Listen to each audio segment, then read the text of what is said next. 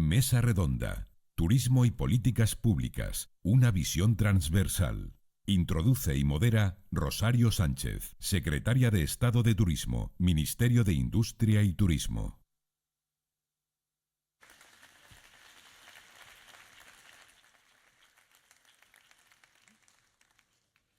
Les voy llamando a cada una, ya es que no me habían explicado muy bien. Estoy un poco impresionada con esta salita que nos habéis organizado desde Tour España y desde la Consejería de Turismo de Extremadura. Pero vamos empezando, voy llamando yo a los secretarios de Estado, ¿no? Aina Calvo, Secretaria de Estado de Seguridad del Ministerio de Interior.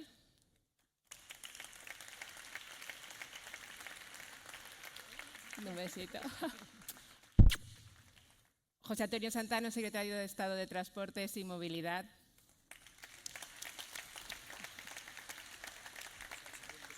Sí, no. Joaquín Pérez Rey, Secretario de Estado de Trabajo.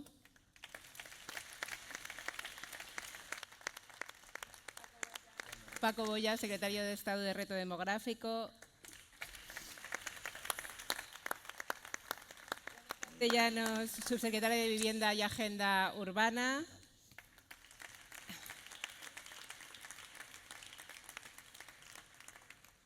Elisa Carbonell, la consejera delegada del ICES, del Ministerio de Economía, Comercio y Empresa. Y Elena, la directora de la Oficina Española de Cambio Climático.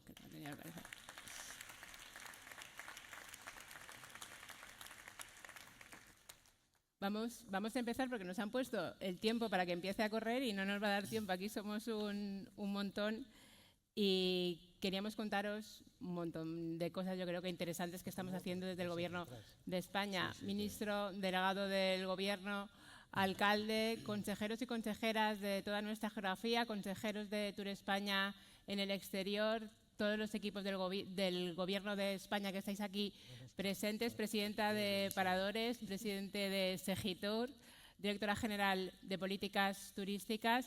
Yo creo que esta mesa es innovadora y esta mesa yo creo que es un lujo de poder explicar lo que estamos haciendo desde el Gobierno de España, desde esta visión transversal en este evento de Tour España que se está convirtiendo en un evento de referencia del sector, si no es que ya lo es, ¿no? Decías tú, Miguel, más de 1000 inscritos en esta sesión. La quinta convención de Tour España, en el que están profesionales, en el que hay empresas, en el que hay destinos. Y desde la Secretaría de Estado creíamos que era muy importante tomar este espacio para reflexionar y también para manifestar los compromisos que tenemos todos nosotros con un sector tan importante para nuestro país como es el turismo. Vivimos un momento de éxito del turismo español. Hablamos muchísimo de los datos del 2024 cuando decimos 94 millones de visitantes, 126.000 millones de gasto, un índice de satisfacción del turista del 97%, el 65% que dicen que están muy satisfechos, un 75% de repetición. Todo esto que el ministro lo resume en marcar goles, ¿no?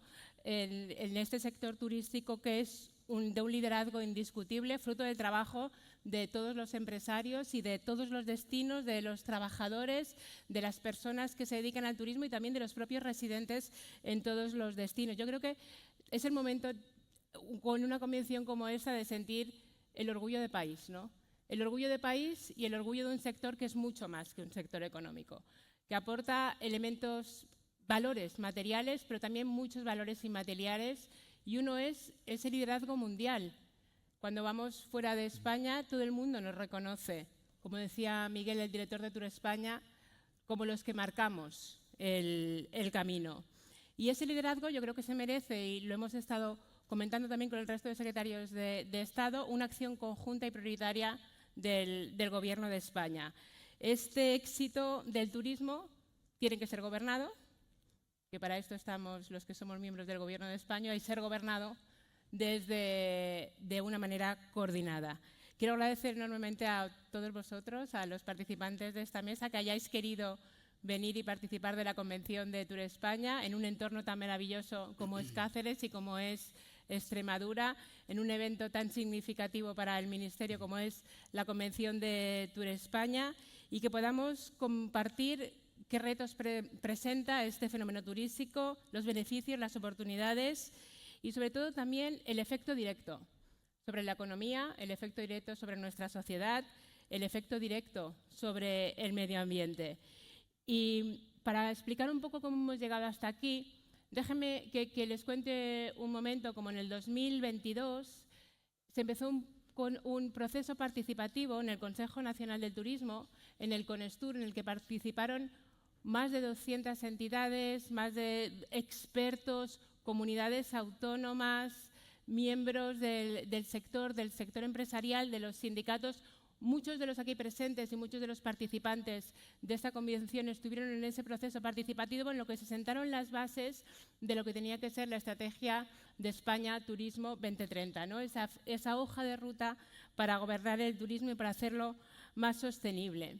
Paralelamente se ha ido desplegando por todo el país 3.400 millones de euros del Plan de Recuperación y Resiliencia, con proyectos en toda la geografía, proyectos importantísimos aquí en Cáceres y en Extremadura, que realmente están transformando los destinos turísticos, que los están modernizando, que los están diversificando, que están convirtiendo nuestro sector en un sector todavía más innovador, más digital y más sostenible.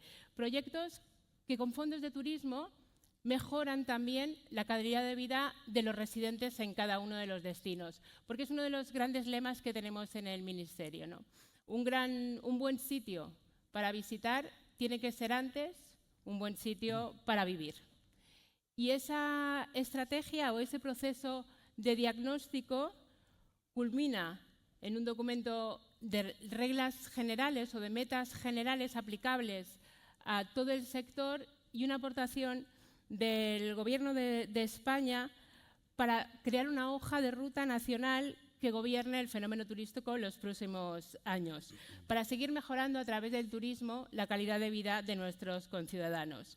El diagnóstico riguroso de la Estrategia de Turismo 2030 fija metas claras para trabajar en esa sostenibilidad económica, medioambiental y social, y el Gobierno de España aporta a ese marco teórico acciones concretas de manera coordinada que pusimos en común el pasado 22 de septiembre, que el ministro presidió la Comisión Interministerial de Turismo, que marcó el cierre de esa etapa de diagnóstico de medidas y empezó una nueva etapa de colaboración coordinada con un trabajo previo de directrices. Quiero agradecer sinceramente a todos los equipos del Ministerio, de Turespaña, de Segitor y de todos los ministerios del Gobierno implicados, el trabajo conjunto y el compromiso con el sector turístico de nuestro país. Lo explicaba muy bien el ministro. El sector turístico es líder no solo por el recurso natural, que es impresionante, basta con ver los vídeos que hemos visto de Cáceres o con visitar cualquier rincón de nuestro país, pero especialmente por la gente que vive en nuestro país, por nuestra manera de convivencia, por nuestro estilo de vida, por ese cenar a deshoras, por esa manera de relacionarnos, por ese ir a los bares a cualquier hora y en cualquier momento, por ese tomarnos un café, por ese tomarnos una copa. Y es también la historia que contamos, lo explicaba muy bien hoy la presidenta de la Comunidad de Extremadura, la historia que contamos y que contamos al exterior desde cada uno de nuestros destinos. Una historia diversa, una historia rica, una historia que inspira y una historia que deja a cada uno de nuestros visitantes la mejor experiencia, que es el tema de la convención. Y queremos seguir construyendo juntos ese sector que es mucho más que un sector económico. Queremos que siga siendo un motor de desarrollo económico y también un orgullo social que inspire, que cuide y que deje una huella positiva en la vida de toda la ciudadanía. Yo ya no me voy a enredar más porque hemos venido aquí a escucharos. Las preguntas que os vamos a plantear son muy sencillas. Somos muchos. Tenemos para una primera ronda 5 minutos cada uno de vosotros. Os voy a hacer una pregunta que yo creo que es fácil, que es ¿qué puede aportar vuestra responsabilidad, vuestro cargo público, vuestro ministerio a este impulso de una mejora de nuestro modelo turístico en este proceso de transformación? Y quería empezar con la directora de la Oficina Española de Cambio Climático, con Elena Pita, que tiene muchísimo que decir sobre riesgos y oportunidades del sector turístico. Elena, por favor. Pues muchísimas gracias. La verdad es que es un placer poder estar aquí y en esta maravilla de ciudad y abordando un tema que, como decías, es clave. A mí me gusta hablar de la lucha contra el cambio climático y de la transición ecológica en general como una agenda de oportunidades, porque es lo que es y es la visión que tenemos en el Ministerio. Pero para poder identificar esas oportunidades, creo que es importante también entender qué es lo que está pasando, hasta qué punto estamos en un momento de emergencia climática que, desde luego, por un lado, impacta de forma importante al turismo y también el turismo es una fuente de emisiones de gases de efecto invernadero que está contribuyendo y que, por lo tanto, tiene oportunidad de transformación para realmente abordar el problema en su esencia. La vulnerabilidad, los impactos que recibe el sector turístico los hemos comentado en muchas ocasiones en el diseño de esta estrategia. El cambio climático afecta a los recursos y veíamos maravillosos paisajes naturales que están siendo afectados, y no hace falta que recuerde la terrible temporada de incendio que hemos vivido, la importancia de los eventos extremos en las costas. También el cambio climático no solamente afecta al recurso, afecta también a las infraestructuras turísticas, y hemos visto el efecto de cómo la elevación del nivel del mar afecta a los hoteles costeros, a los paseos marítimos, etcétera. Y también afecta a la demanda y ya se está experimentando, ya tenemos datos que nos muestran cómo las olas de calor, por ejemplo, están teniendo un impacto en la ocupación hotelera de las zonas más afectadas. Es fundamental entender este contexto para ver qué podemos hacer. En el marco del pacto frente a la emergencia climática, que yo creo que es muy poderosa esta idea y conecta muy bien con la filosofía de esta mesa de transversalidad y de cómo desde todos los ministerios, desde todos los niveles de la administración y de la sociedad podemos contribuir a objetivos comunes, pues decía que en el marco de este pacto vamos a presentar una evaluación de riesgos próximamente. Y los que afectan al turismo está muy relacionado con estos impactos que acabo de comentar. Disminución del número de visitantes y de la duración de las estancias por menor confort térmico, la disminución de atractivo turístico en algunas regiones por afectación a los recursos, o mejora competitiva de otros espacios, y eso también se está observando ya, como otros lugares tienen una mejora competitiva porque tienen simplemente un mejor clima o están más favorecidos. Entonces, en ese sentido, y con este panorama de conociendo mejor el problema, hay muchas formas de abordarlos, y yo insisto en esta idea de oportunidad y de transformación, porque hay muchas cosas que se pueden hacer. Quería comentar brevemente tres ideas y tres cosas que trabajamos desde la Oficina Española de Cambio Climático. En primer lugar, en relación con la mitigación. El sector turístico a nivel global es responsable de un 8,8% de las emisiones de gases de efecto invernadero, y es importante conocer cuál es la huella de carbono en el sector, pero no solo por conocerla. Siempre hablamos de huella de carbono, hablamos de medir para reducir.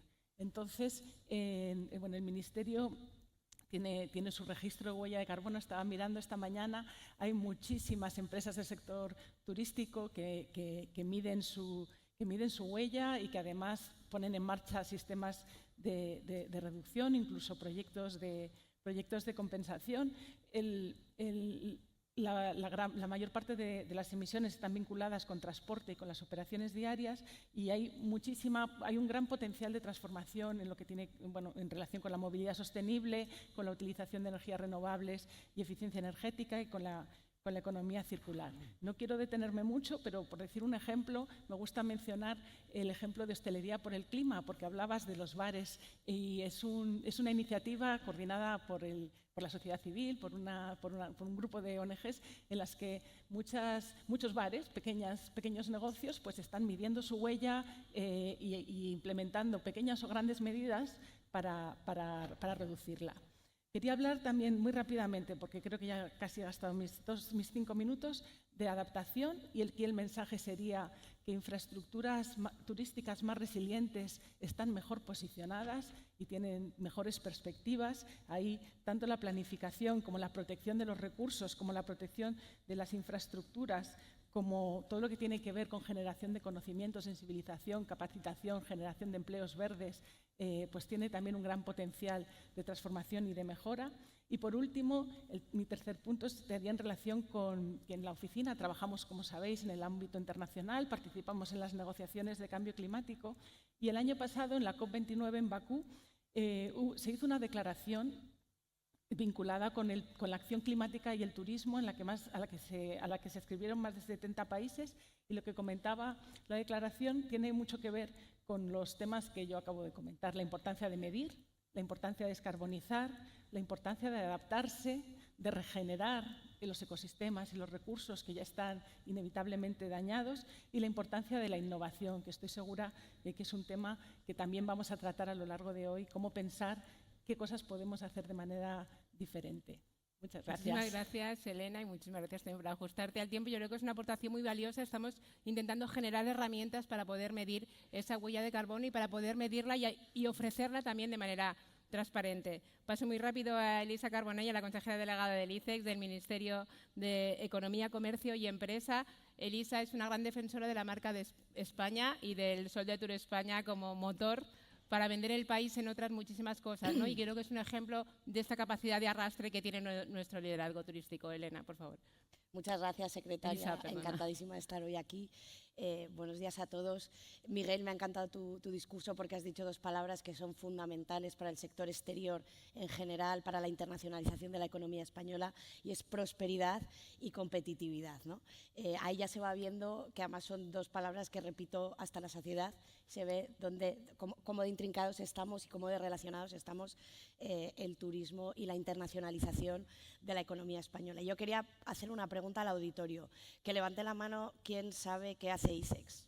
No a quién le suena ICEX, porque un becario, un sobrino. Bueno, no está mal, no está mal. Generalmente me llevo un disgusto, no está mal. Bueno, en ICEX impulsamos la prosperidad de España a través de la internacionalización de su economía, a través de la promoción de las exportaciones españolas en el exterior y a través de la atracción de inversión directa extranjera aquí a España, inversión transformadora. Y obviamente, y gracias a toda esta labor, España ahora mismo es el segundo país de entre las grandes economías europeas más abierto de la Unión Europea, solo por detrás de Alemania.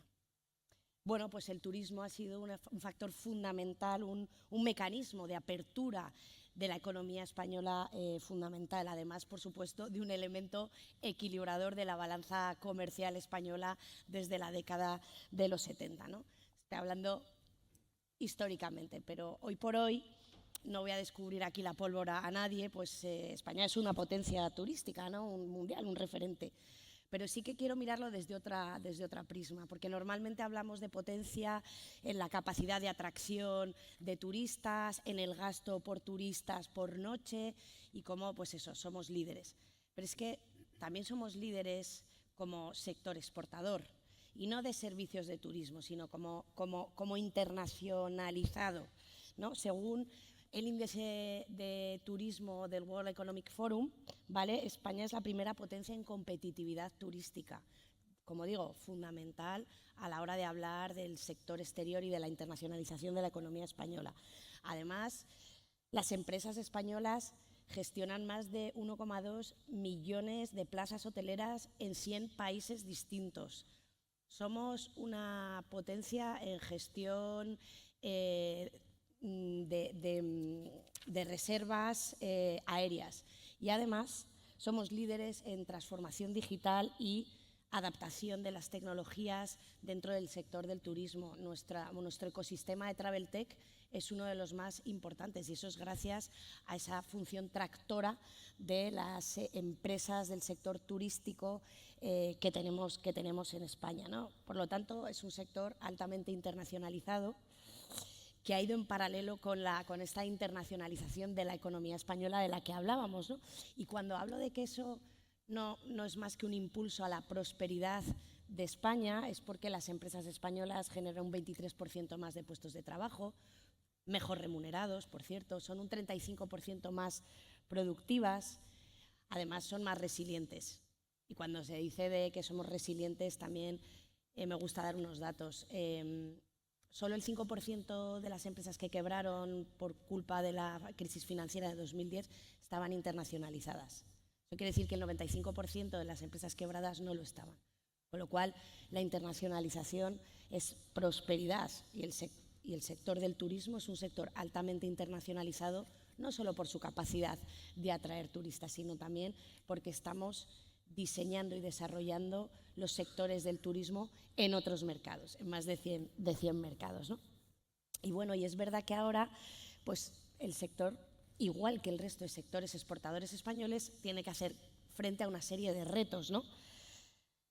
Por una parte, si queremos ser líderes exportadores, pues tenemos que apalancarnos, tenemos que saber apalancarnos en esa experiencia y conocimiento que atesoramos, ¿no? Igual, si lo digo en inglés suena más guay, en el know-how y en el expertise, ¿no?, que atesoramos. Y eso es la base para nuestra consolidación en un modelo que yo creo en el que ya estamos, tanto, como digo, en el sector turístico como en otros sectores exportadores españoles, pero por el que hay que apostar decididamente, ¿no?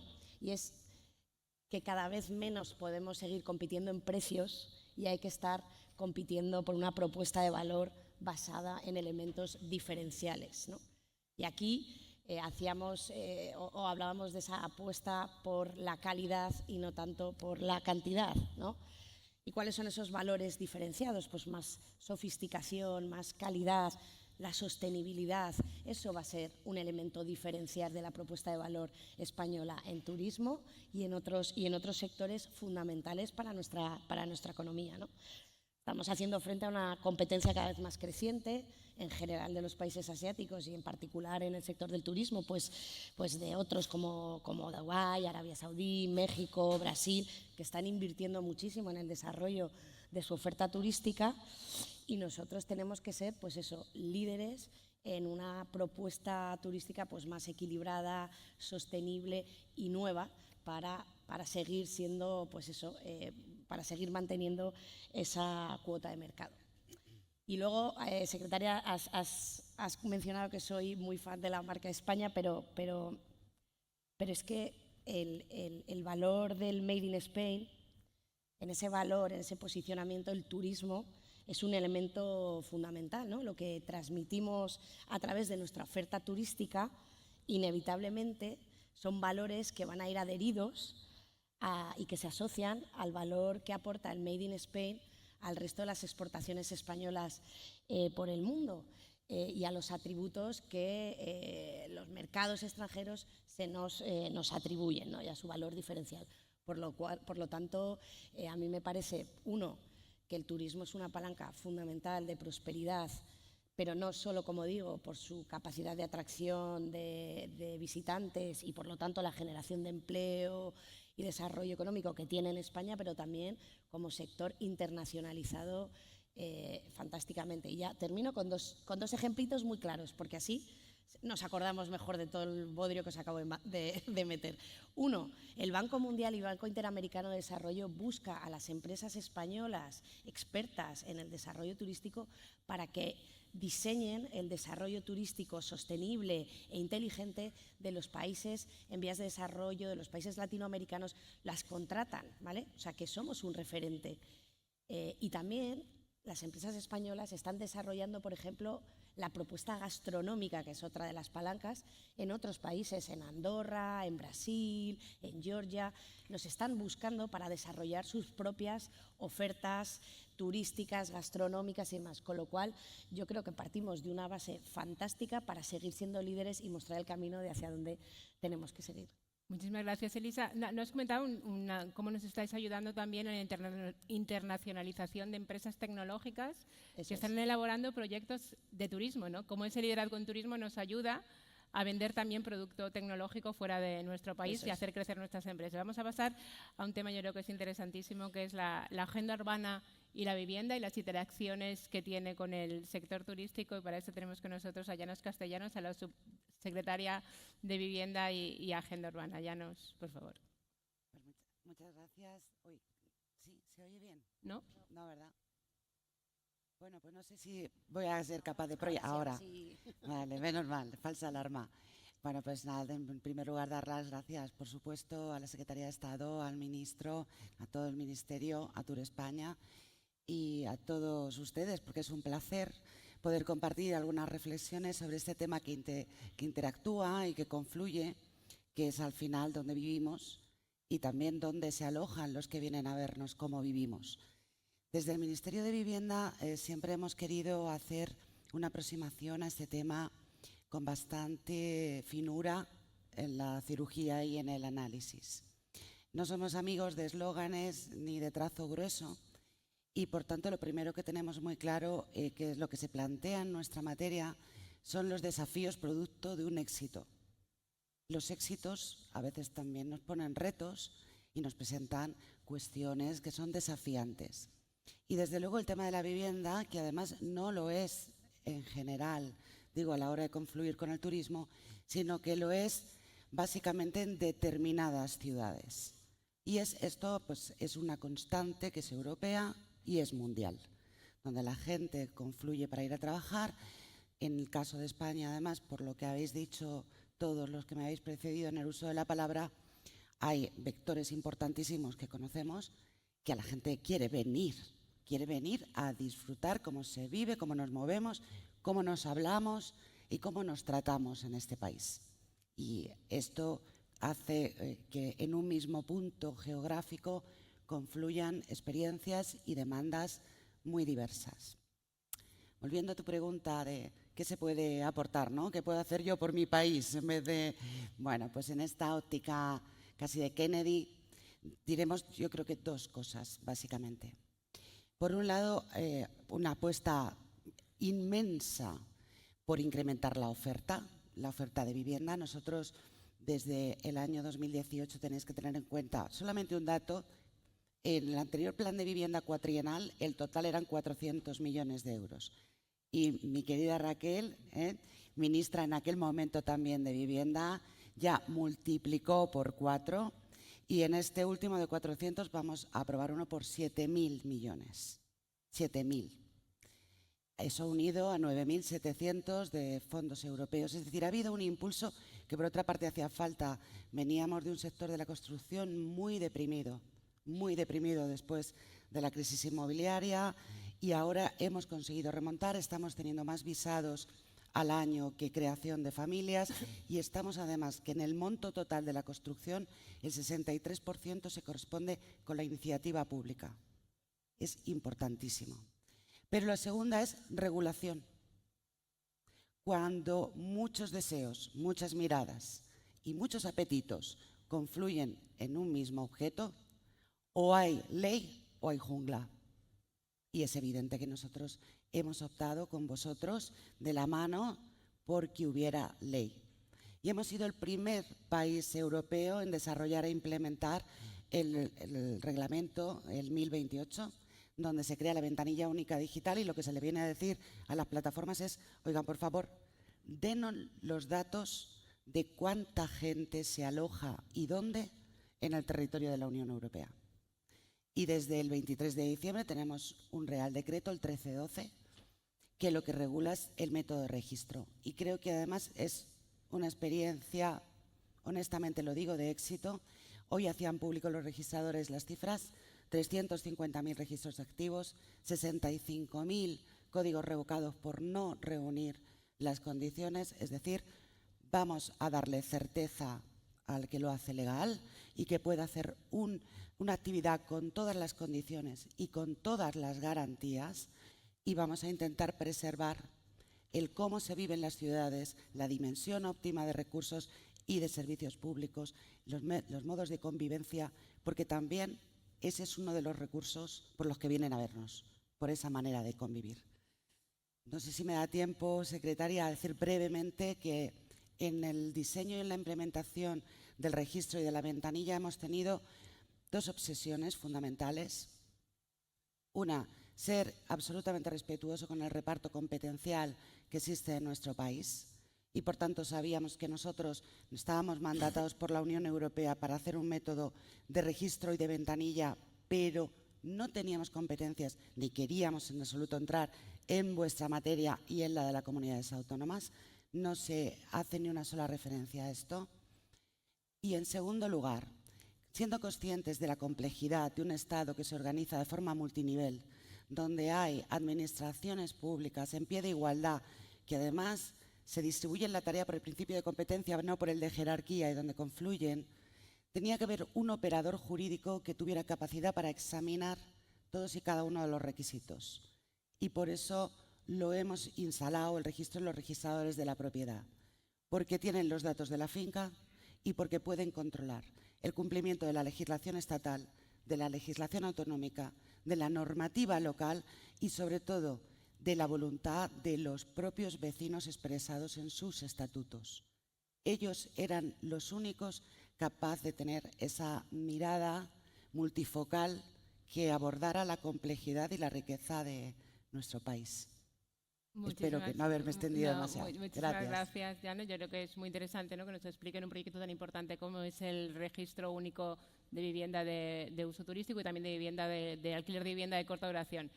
Ahora tenemos con nosotros una persona que para mí es un maestro, ¿no?, que es Paco Boya, el secretario general para el reto demográfico, que yo creo que tiene en su ADN, ¿no?, el desarrollo territorial y la cohesión territorial de España, y creo que creemos, ¿no?, que el turismo es uno de los grandes vectores que puede ayudar a esa cohesión y a esa fijación de la población en el territorio. Paco, por favor.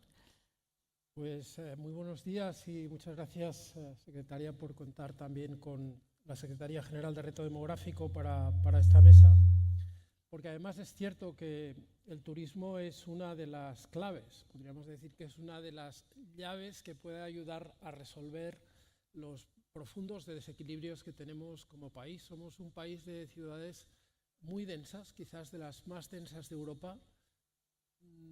De los 50 barrios más densos de Europa, 30 o 32 están en España, y luego es un país que comparte eso con el vacío. Es decir, tenemos un 72% del territorio donde viven poco más de 5 millones de personas, lo cual es un enorme contraste que evidencia que tenemos que trabajar. Yo creo que hemos visto un mapa en la presentación cuando estaba el director de Tour España, ¿verdad?, que mostraba muy bien cómo el arco mediterráneo y la Almendra de Madrid pues, es la zona que tiene una vitalidad económica, turística, por supuesto, pero luego tenemos mucho ocre, que es, algunos lo han titulado como la España donde nunca pasa nada, ¿no? Que no es cierto, pasan muchas cosas y hay gente con mucha actitud para emprender y para hacer cosas.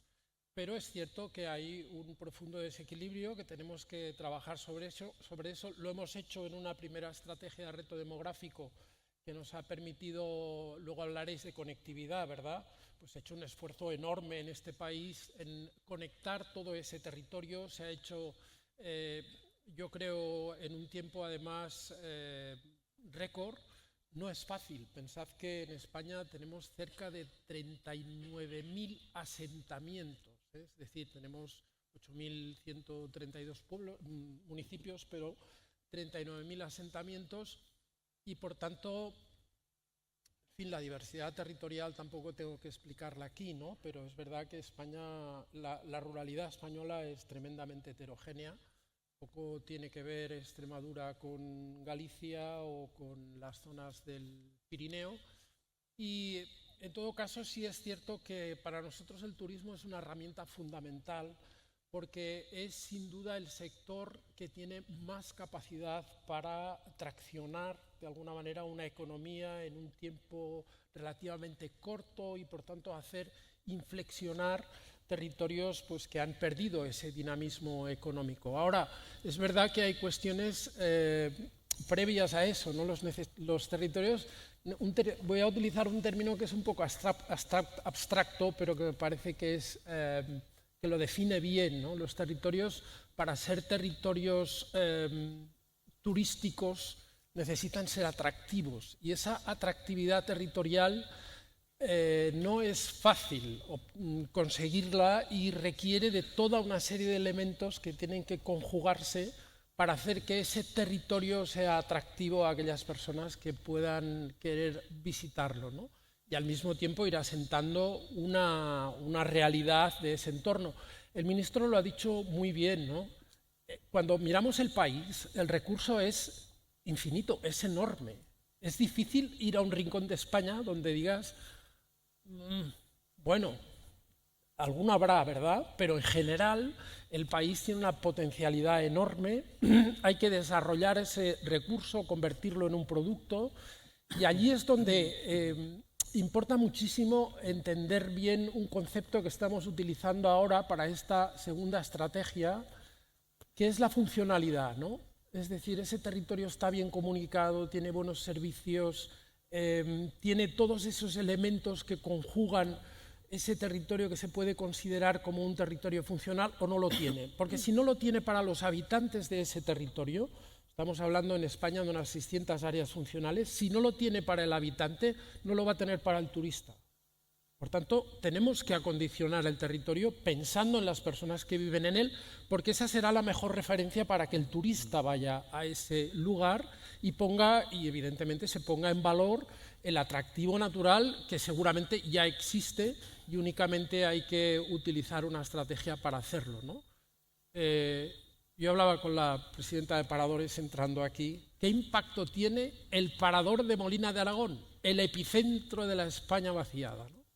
Pues evidentemente es una auténtica revolución para un sitio donde no había pasado nada en muchísimo tiempo. Abrir ese parador es hoy pues un faro que evidentemente va a permitir que la gente conozca esa comarca y se desarrolle en ese entorno una actividad que seguramente va a mejorar, como por cierto voy a decir, porque tengo que decirlo, ha mejorado en muchos lugares de ese ocre que veíamos, la ratio poblacional, la mejora de la renta agraria, la presencia de mujeres, es decir, que hay avances que son constatables, pero que evidentemente queda mucho trabajo por hacer.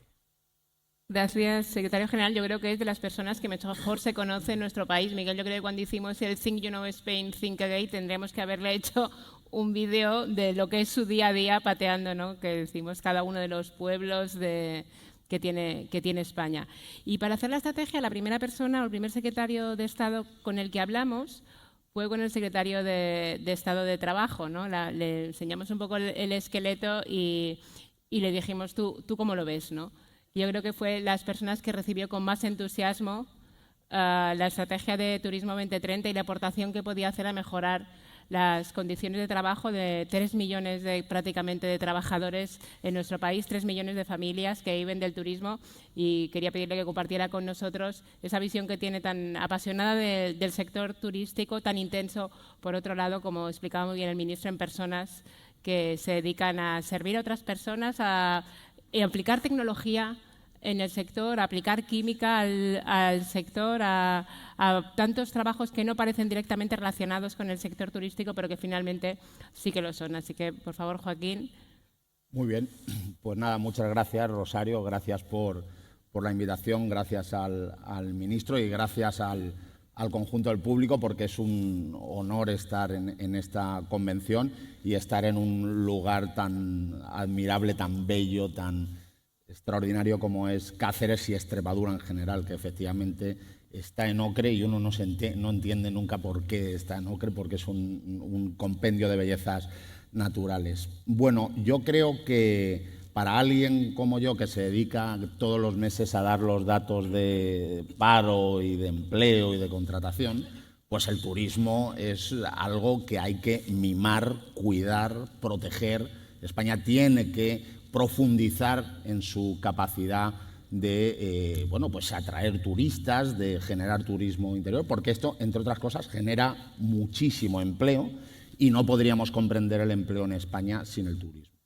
Pero, sin embargo, y esto yo creo que es un elemento muy importante y por eso la estrategia en la que trabaja el Ministerio es tan decisivo, yo creo que claramente, desde esta óptica de las políticas transversales, hay dos modelos de turista.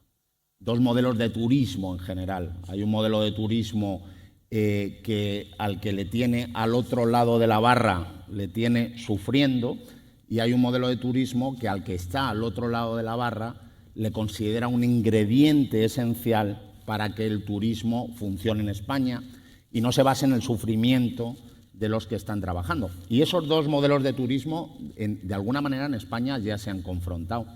Yo voy a poner una pequeña anécdota, pero hace unas semanas tuvimos, buena parte de los que estamos aquí, una reunión en la sede del Ministerio de Industria, una comisión interministerial donde se decidieron o se hablaron de cuáles eran las apuestas estratégicas del turismo para los próximos años.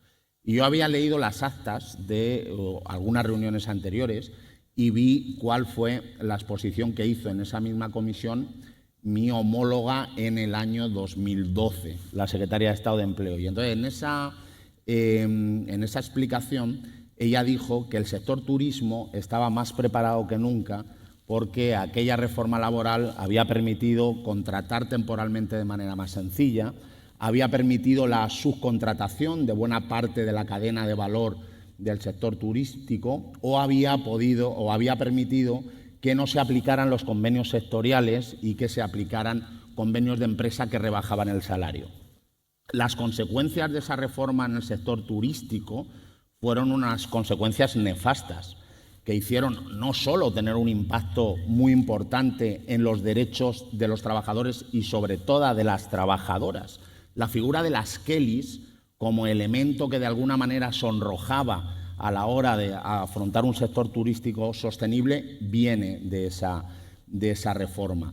Y esa combinación de turismo con precariedad provocó una cierta estigmatización del sector como un lugar poco propicio para trabajar, un lugar donde la gente no quería trabajar porque efectivamente la belleza del sol, la belleza del casco antiguo de Cáceres se combinaba con los excesos de jornada, la no remuneración de las horas extraordinarias o la falta de conciliación de las personas trabajadoras que se dedicaban a atender los servicios turísticos.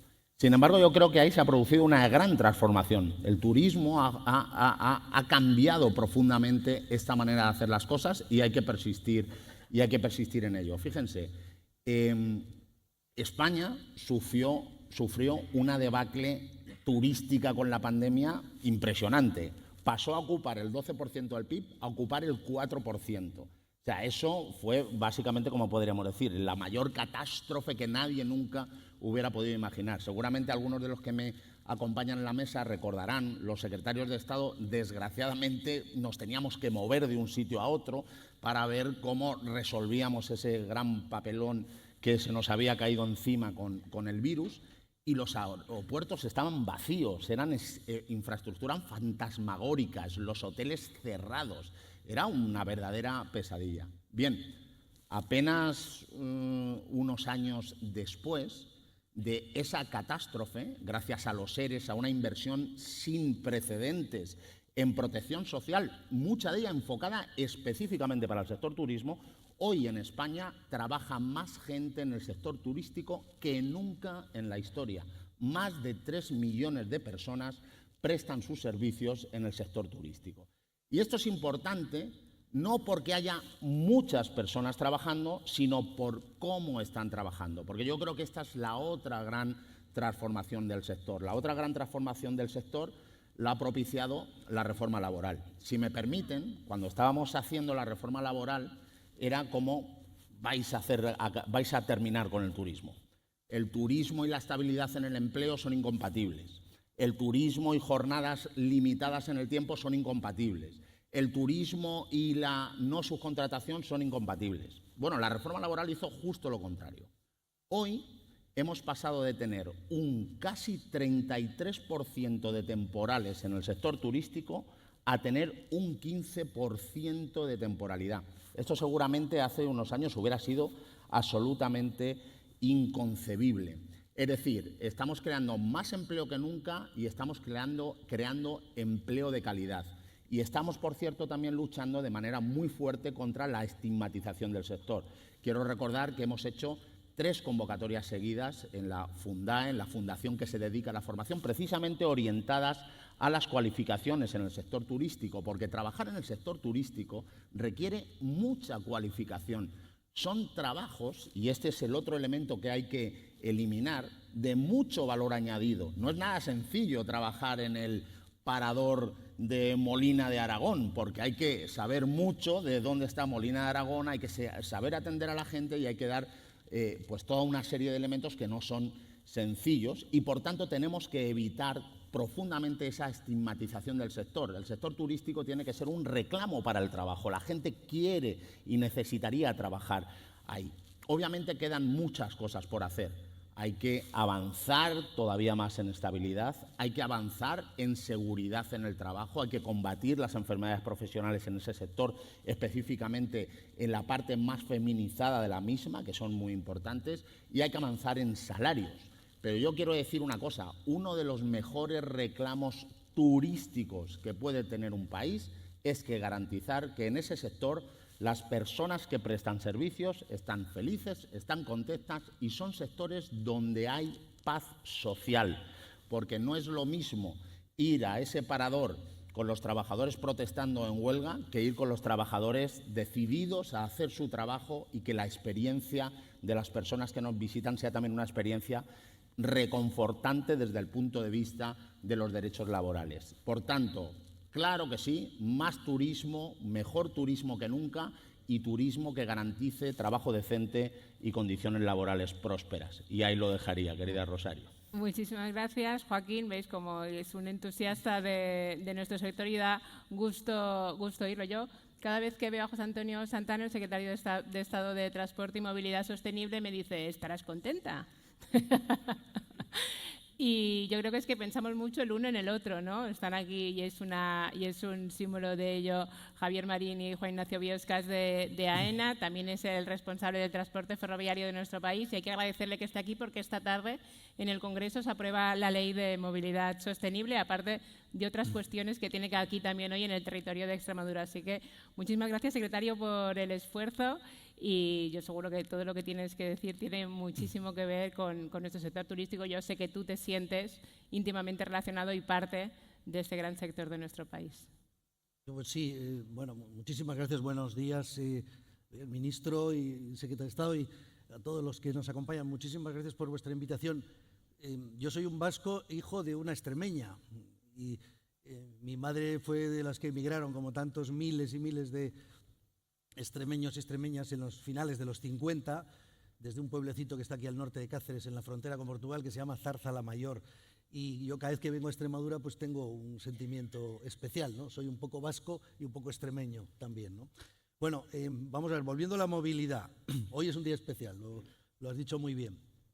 Creo que todos entendemos hoy que la movilidad es un derecho. Esperamos que con la aprobación de la ley esta tarde en el Congreso ese derecho quede recogido de manera legal y clara, ¿no? ¿Y por qué pensamos que la movilidad es un derecho? Porque yo creo que todos somos muy conscientes de que en este mundo en el que vivimos una movilidad sostenible, segura, bien conectada, te abre la puerta a ejercer otros derechos, la salud, la educación, el ocio. En definitiva, nosotros construimos un modelo de transporte pensando en los nacionales. Nadie construye, bueno, por lo menos así lo creo yo, nadie construye su modelo de transporte pensando solo en los que vienen de fuera. Pero es verdad que como tenemos el mejor sistema en su conjunto de transporte del mundo, pues eso yo creo que se ha convertido en un elemento clave también para favorecer el turismo. Y el turismo, a su vez, nos ayuda a mejorar y a tener probablemente las infraestructuras más modernas, ¿no?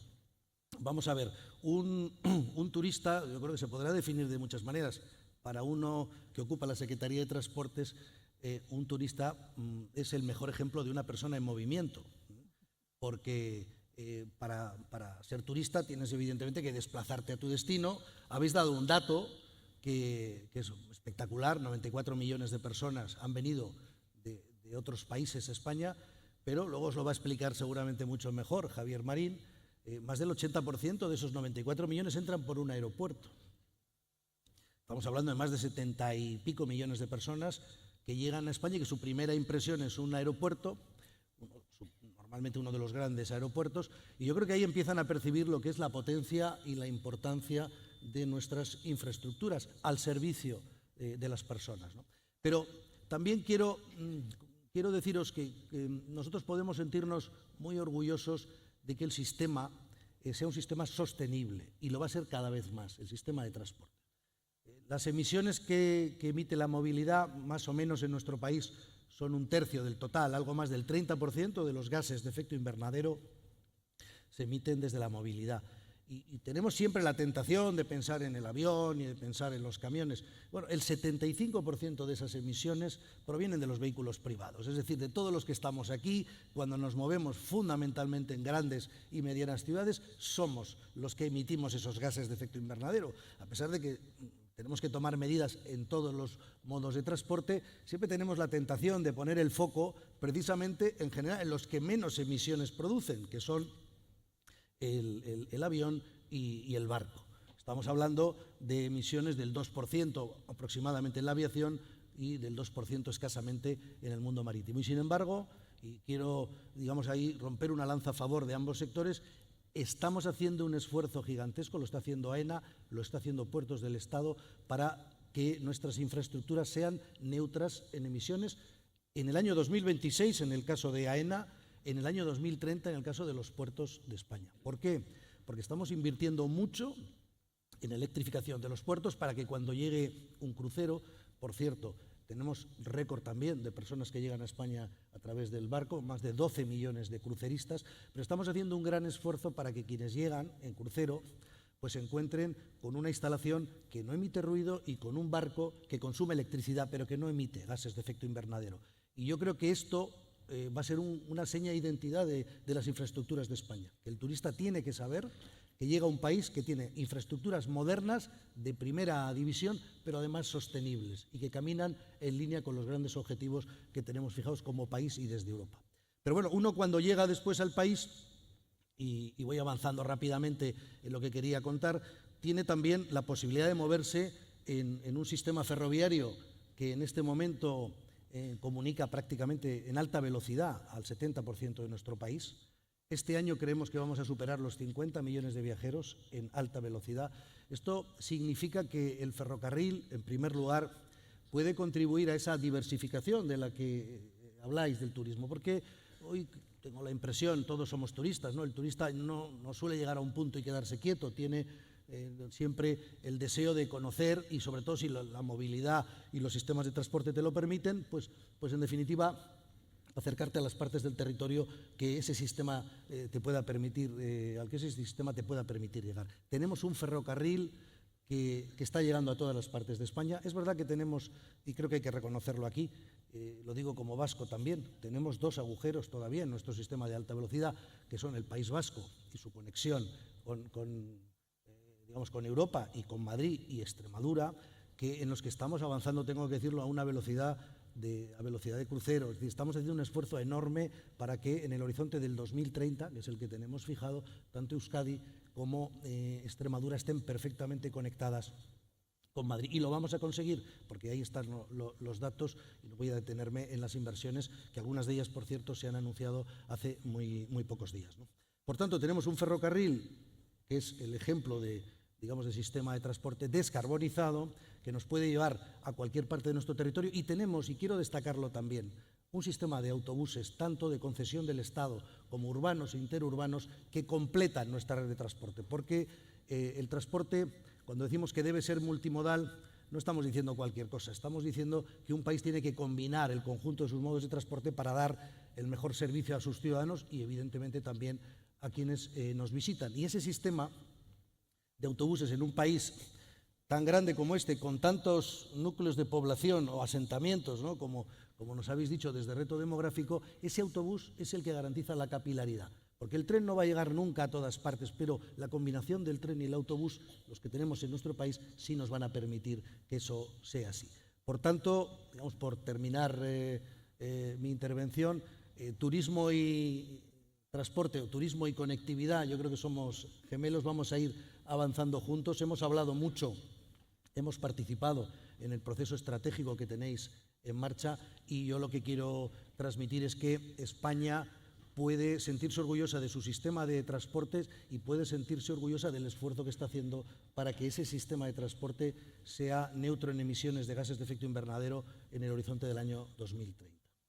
Muchísimas gracias, José Antonio. Aina Calvo es la guardiana de uno de los grandes valores que tenemos en nuestro país como destino turístico, que es la seguridad. Además, fue durante 4 años alcaldesa de mi ciudad, alcaldesa de Palma, que es un gran destino turístico. Por tanto, yo creo que es una persona que tiene una empatía enorme con el sector turístico, porque viene de un territorio que prácticamente no conocemos un sector más importante que no sea el turismo. Compartimos la pandemia cuando el Producto Interior Bruto de nuestra comunidad autónoma cayó por la reducción de la movilidad y la conectividad el 20% de su Producto Interior Bruto. Así que, Aina, cuéntanos, por favor, en la contribución, ¿no?, de la seguridad, que es más que obvia, a un turismo, a un mejor modelo turístico. Pues muchas gracias, secretaria. Un placer estar aquí, ministro, directoras, director. Gracias por invitarnos también a tomar la palabra, porque yo creo que eso es importante para el Ministerio de Interior, que solemos ser un ministerio callado, por definición. Otra cosa es que estemos en el foco, que es distinto, ¿no? Pero además la secretaria y yo, ella no lo ha comentado, pero compartimos una tarea importante, que es ser delegadas del Gobierno. Ahora saludaba al delegado que acaba de salir, donde ahí también, pues eso, las competencias en materia de interior son importantes. Simplemente, desde lo obvio, y eso lo saben todos ustedes muy bien, para que toda esta experiencia transformadora suceda, es importante que España sea un destino seguro, y lo es, a todos los efectos. Y lo es por muchas razones, desde luego por el trabajo coordinado, sin duda, y me referiré a él, pero también por el esfuerzo que realizan policías locales, sin lugar a dudas, policías autonómicas, pero mucho fuerzas y cuerpos de seguridad del Estado, Policía Nacional y Guardia Civil. Y para que ese esfuerzo se vea, bueno, se evidencie en unas tasas de criminalidad bajas, se evidencie en una percepción de seguridad por parte de las personas residentes y por parte de quienes nos visitan, por parte del entorno privado y de las administraciones públicas, es importante dotarlo de recursos personales y materiales. Entonces, no me parece baladí recordar que en los últimos años, concretamente a partir del 2017, se han incrementado hasta más de 160.000 los efectivos, y creo que es bueno que se maneje la cifra de que ha habido un incremento en 18.000 agentes más.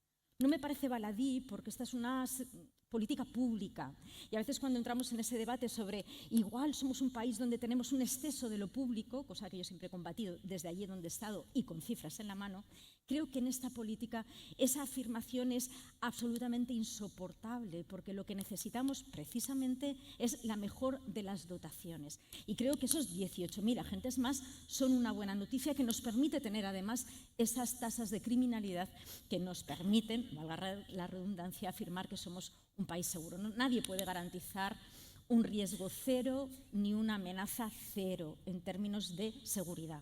Pero sí les puedo asegurar, y creo que es una razón de orgullo como país, que trabajamos bien y de manera muy coordinada para limitar, acotar y controlar esas eventuales amenazas o riesgos. Tenemos un plan de turismo seguro que ustedes conocen muy bien, que empezó a funcionar en el año 2011, que se va actualizando. El vigente es periodo 2024-2027, y como se actualiza se transforma, como es el lema de esta quinta convención. Quinta, enhorabuena, porque esto de perseverar es importante. Va también actualizándose, se ha incorporado la cibercriminalidad como un eje fundamental también en la prevención de la estafa, del delito en términos de ciberseguridad para quien compra un producto turístico, eso lo saben bien también los promotores en el ámbito turístico, en coordinación con el trabajo policial. Hemos incorporado también el turismo de interior, porque no era la tradición, siempre muy centrada en los destinos de gran afluencia turística, lo hemos incorporado al plan y hemos incorporado también algo que en el relato es menos bonito, y es esos eventuales impactos negativos que el turismo puede provocar, y a veces nos provoca pues desde el comportamiento incívico que en algunos momentos puntuales se puede llegar a provocar. Eso hace que estemos atentos a este fenómeno, porque también lo hacemos desde un punto de vista de la operatividad, no solo pensando en quien nos visita, sin duda, sobre todo en dar tranquilidad, ofrecer tranquilidad a nuestras personas residentes, a nuestros ciudadanos y ciudadanas. Creo que es necesario recordar que tenemos una aplicación informática que les invito a utilizar, que se llama Alert Cops, que permita a cualquier ciudadano y ciudadana estar en comunicación si se encuentra en una situación de inseguridad con los cuerpos policiales. También a las personas que nos visitan, por tanto, en diferentes idiomas. Y luego creo que tenemos que recordar que en la operación Verano, que también hace muchos años que se viene produciendo, hacemos el esfuerzo necesario y financiado con el dinero de todos los españoles y españolas de desplazar 4.000 efectivos policiales a aquellas comunidades autónomas con territorios especialmente, con especial afluencia turística, 9 en total. Dos cuestiones que creo que son esenciales para el ejercicio de la labor policial. Es esencial la cooperación internacional, y eso se mantiene a lo largo de todo el año y mucho durante la temporada turística, con patrullas mixtas, pero no solo, con intercambio de información desde los servicios de información e inteligencia. Es importante saber que eso es así. Y luego lo que es un ingrediente imprescindible es la cooperación institucional. Lo saben bien los alcaldes y alcaldesas, concejales y concejalas, presidentes y presidentas autonómicas, consejeros y consejeras. Lo saben bien, me refiero especialmente al ámbito municipal por sus policías locales. Es imprescindible la cooperación policial y nosotros tratamos que sea lo más fluida posible, con una comunicación permanente, con empatía y con capacidad de escucha. Y sé que el Ministerio del Interior, lo sabemos, hemos tenido un debate interesante en este ámbito con el registro de viajeros y hospedaje. No va a eludir el tema, estamos todavía en temporada turística, va a terminar y vamos a tener tiempo, ministro, también para analizar datos con todos ustedes, para poder revisar aquello que se pueda mejorar, pero les avanzo que realmente ha ido mucho mejor de lo que pudiéramos haber esperado en algún momento, y estamos satisfechos. Compartiremos esa información y, como siempre, estamos a su entera disposición. Gracias. Muchísimas gracias, secretario. Yo creo que es interesantísima, ¿no?, la visión que tienen también desde el Ministerio de Interior, que, como dice, es un compañero que intenta ser silencioso, que cuando no se les oye es lo mejor que nos puede pasar como destino turístico y, por supuesto, como país. Yo creo que ha quedado de manifiesto, ¿no?, este compromiso. Veo que Miguel mira el reloj, vamos a ir muy deprisa. Creo que ha quedado de manifiesto este compromiso del Gobierno de España en esta visión transversal de seguir empujando en esa transformación del modelo turístico en un modelo turístico más sostenible. Voy a ir muy rápido, os voy a dar menos de un minuto por la confianza que me habéis generado en toda esta ronda, que habéis sido todos muy respetuosos. No tenéis ni un minuto para decirnos una frase. Nosotros estamos convencidos de que el turismo, además, es un motor para afrontar muchos de los retos que tiene nuestro país, la cohesión social, la cohesión territorial, incluso la conflictividad internacional, la conectividad. Y queríamos proponeros una pregunta, que es: ¿qué creéis que aporta el turismo a vuestras competencias? En una sola frase. Elena, por favor. Sí, muchas gracias. Yo lo que querría resaltar así muy brevemente como titular es que, por un lado, al ser un sector muy potente, muy importante, tiene un gran potencial de transformación que sin duda tenemos que aprovechar en todos estos ámbitos que hemos hablado: descarbonización, adaptación, pero no solo eso, sino que esa transformación además nos ayuda a visibilizar ese nuevo modelo de industria turística y que puede ser muy interesante, igual que decía el secretario de Estado, visibilizar el trabajo decente y que forme parte de la experiencia turística. También nos puede ayudar a visibilizar los beneficios de la transición ecológica y de un modelo descarbonizado como parte de esa experiencia. Muchísimas gracias, Elisa. Por favor, a ver, en una frase. Pues nada, mi frase es que el turismo es la mayor campaña de comunicación de España en el mundo. Recibimos más de 50 millones de potenciales prescriptores internacionales de la cultura española, la que se consume y la que se vive, de la tecnología, de servicios, de talento. En ICEX, el 99% de nuestros recursos lo dedicamos al posicionamiento internacional de sectores de alto valor añadido, audiovisual, diseño, soluciones tecnológicas, infraestructuras del transporte, pero también de energía, de agua y demás. Y bueno, y aquí tenemos pues esos prescriptores sobre el terreno sin necesidad de irte a otros mercados que luego vuelven y hablan maravillas, ¿no?, de España. Muchísimas gracias, su secretario de Vivienda y Ordenanza Urbana, querida Llanos, por favor. Gracias. Bueno, yo creo que podríamos decir que el turismo para nosotros es el gran acicate de buscar la excelencia en cómo vivimos. Y esto me lleva a poder sacar el tema de la agenda urbana, que es en el fondo el diseño de cómo nos juntamos, agrupamos, nos movemos, trabajamos y también disfrutamos del ocio y de la familia y del tiempo libre. Creo que esto unido al turismo, cómo hacer las mejores ciudades, las más atractivas, las más vivibles, es un win-win, porque es evidente que no solamente es una experiencia magnífica para quien la tiene todos los días, sino también para el que viene. Y hay en algunos puntos en España de destinos maduros y demás donde creo que una sinergia entre vivienda y turismo puede ser espectacular. Muchísimas gracias, Paco, que me va a asesinar Miguel si me paso. Bueno, pues la verdad que yo casi quería, más que una frase, hacer un agradecimiento. Oye, vuestra campaña yo creo que ha puesto perfectamente imagen y idea de toda esa España que a veces se desconoce, ¿no?, que es la España rural, que tiene un potencial enorme y que yo creo que queda muy bien reflejada, y además eso acompañado de las líneas de apoyo al turismo sostenible, pues nos ha permitido que en muchos lugares de ese mapa ocre que veíamos hayan tenido oportunidad de alguna manera de hacerse atractivos, ¿verdad?, como decíamos anteriormente.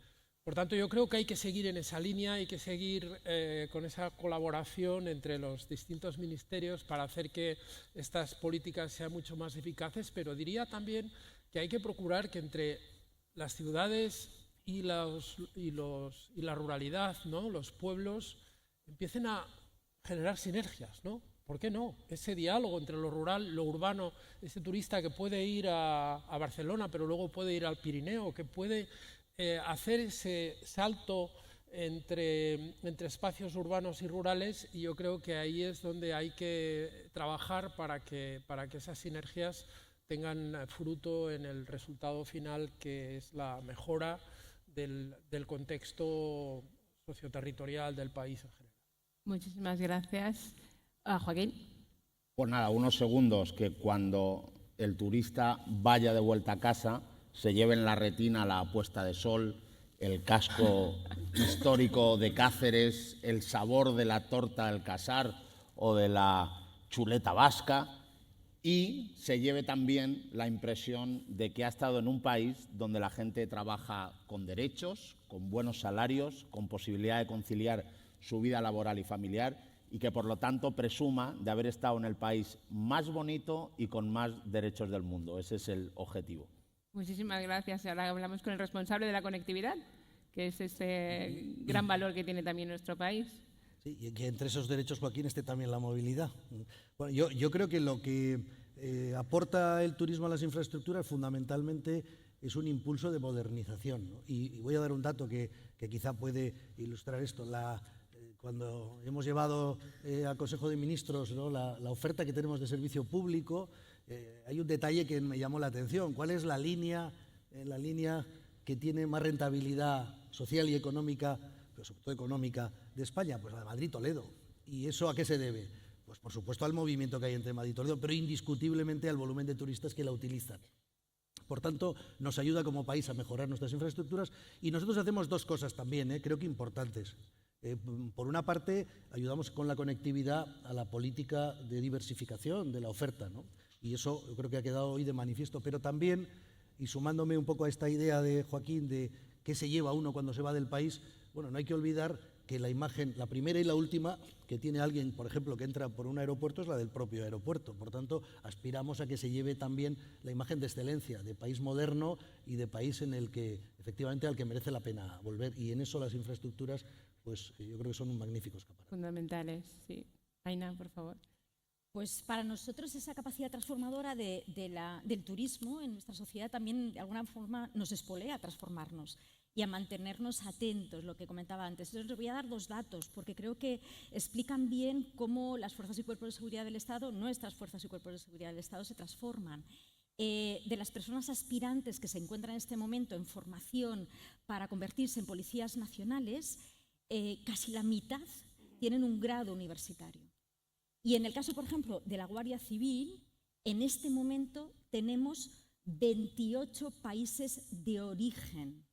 Eso también forma parte de la diversidad de país, de la capacidad de respuesta que vamos teniendo y de la necesidad de gestionar ese talento de la mejor forma posible y, por supuesto, anclando aún más el binomio seguridad y turismo. Muchísimas gracias, Aina, y muchísimas gracias a todos y a todas por haber venido hoy. Es una gozada escucharos y con la involucración y la pasión que le ponéis. Yo creo que es una clara imagen del compromiso de España en el sector turístico de manera transversal y de cómo se tienen que aplicar políticas desde todos los ministerios y cómo el turismo ayuda también a aplicar las políticas del resto de ministerios. Un sector turístico que protege lo que somos, que proyecta nuestra mejor imagen al exterior y que nos une a todos y del éxito del cual todos somos responsables. Muchísimas gracias y espero que hayan disfrutado tanto como yo de escuchar a la mesa de secretarios de Estado.